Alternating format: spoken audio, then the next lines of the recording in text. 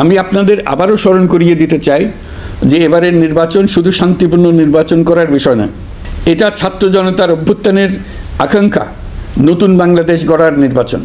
এই নির্বাচনে পরিচিত দলগুলিই থাকবে, তাদের পরিচিত মার্কাগুলিই থাকবে, কিন্তু ভোটারকে বের করে আনতে হবে যে এই মার্কার পেছনে আপনার কাছে ভোট প্রার্থীরা কে কতটুকু নতুন বাংলাদেশ গড়ার জন্য প্রস্তুত, কে কতটা প্রতিজ্ঞাবদ্ধ। আমরা যারা এই নির্বাচনে ভোটার হব তারা অত্যন্ত সৌভাগ্যবান এবং সৌভাগ্যবতী। আমরা একটা অনন্য ঐতিহাসিক ভূমিকা পালনের সুযোগ ও দায়িত্ব পাচ্ছি।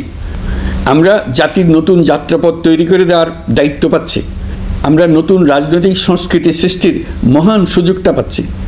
আমাদের সুচিন্তিত ভোটের মাধ্যমেই নতুন বাংলাদেশ নির্মিত হবে, শহীদদের রক্তদান সার্থক হবে। আশা করি বিষয়টা নিয়ে চিন্তাভাবনা করেই সবাই ভোট কেন্দ্রে যাব এবং দৃঢ়প্রত্যয়ে ভোট দেব। এখন থেকে ভাবনা চিন্তা শুরু করুন, আলোচনা শুরু করুন। এখন থেকে আপনাদের ভোটের গুরুত্বটা বুঝে নিন।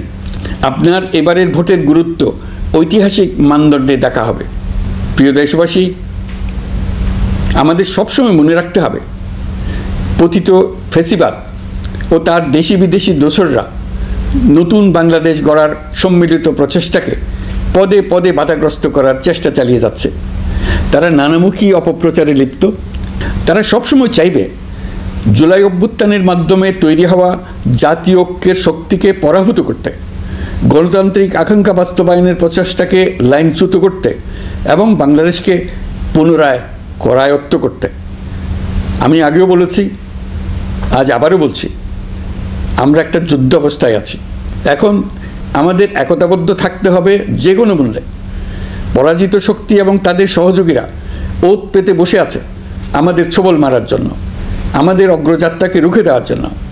আমরা তাদের কিছুতেই এই সুযোগ দেব না। আসুন আমরা আমাদের সম্মিলিত প্রচেষ্টায় প্রিয় মাতৃভূমির স্বাধীনতা, সার্বভৌমত্ব, আঞ্চলিক অখণ্ডতা ও জাতীয় মর্যাদার বিরুদ্ধে যে কোনো আঘাত প্রতিহত করার উদ্দেশ্যে প্রতিরোধের ঐক্যবদ্ধ সুদৃঢ় প্রাচীর গড়ে তুলি। প্রিয় দেশবাসী, সবাইকে আবার ঈদের শুভেচ্ছা ও সালাম জানাচ্ছি। মহান আল্লাহ আমাদের সহায় হন। আল্লাহ হাফেজ।